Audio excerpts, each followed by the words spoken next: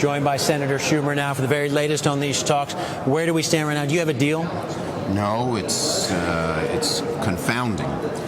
We're on the 1 yard line, and yet the House Republicans are making a goal line stand on women's health, on Title X, which has nothing to do with the budget. Frankly, it has nothing to do with abortion. This is about money for cancer screening and blood tests and women's health. And they want to change the way that is funded. They're not even saying cut the funding. They're just saying change the way it is funded. It's been an ideological issue that's bounced around here for a long time. But the problem is very simple, Peter.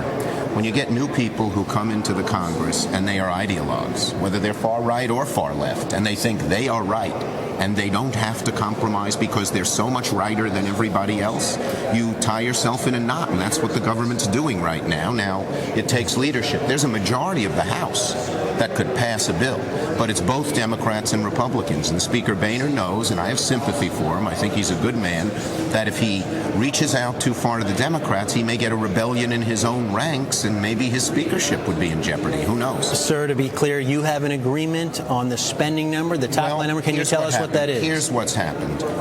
And Leader Reid was in the room. I was not, but he authorized me to say this. And that is that Speaker Boehner offered a number, somewhere between the 74 where we were and the 79 rather, where they were. And the President said, we will get to that number, we will work it out. They even talked about some of the broad parameters in that meeting or in others later, which is, wouldn't come from more defense cuts, the Republicans didn't want that, wouldn't come from more what we call domestic discretionary cuts, the basic programs that affect average folks. It would come from the mandatories, the entitlements. And the whole discussion in the room there, and subsequent discussions, have been focused on this Title X rider, strange as that sounds to the average American who's watching this.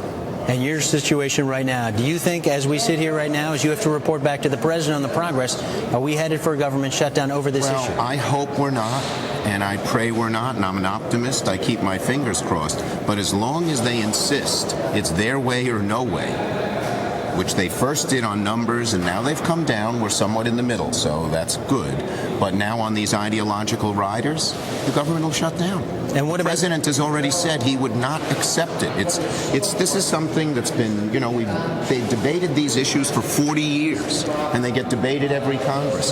What this new group is doing is, since they know they don't have the votes to pass it their way, they're trying to sort of shove it into the budget and say, since the budget has to pass, it must be in the budget. And the job, frankly, of Speaker Boehner, and it's hard, believe me, as a legislative leader I know, is to resist these people. Because ultimately, if the government shuts down, and it shuts down because of these riders, and that's the direction it could well be headed in, I hope not, maybe there's a chance it won't, but that's where it seems to be headed, it won't look good. Not only for everybody here, but particularly for the Republican majority in the House. Isn't there, of course, great political risk for Democrats as well? There's a big appetite out there right now for cutting the deficit, for making the government leaner. And we have heard the message. I mean, we started out at 41. We're now somewhere between, I don't want to give the number away, but between 74 and 79 in terms of cuts. They started out at 100. They've come down. There are deep and significant cuts, more than we've ever done. But what we have been proud of is we've protected the programs that need protecting, like cancer research or student loans so kids can go to college, Head Start, scientific research, things like that.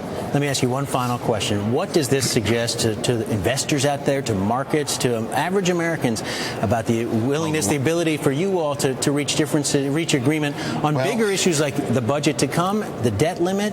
Are there real worries, as you know, in the markets in New York and elsewhere? Somehow this government always corrects itself. We've seen this before. Ideologues come in, sometimes from the far right, in this case, sometimes from the far left. And as they get involved in the government process, they learn it. They learn they can't always have their way. They learn that there are other competing interests, and things work out. So this process is a bumpy process. It's not a very pretty process, but usually the wisdom of the Founding Fathers and the checks and balances in the system ultimately prevail. We'll see if indeed that happens today. Let us pray. Senator Schumer, thanks for the time. Appreciate it very much.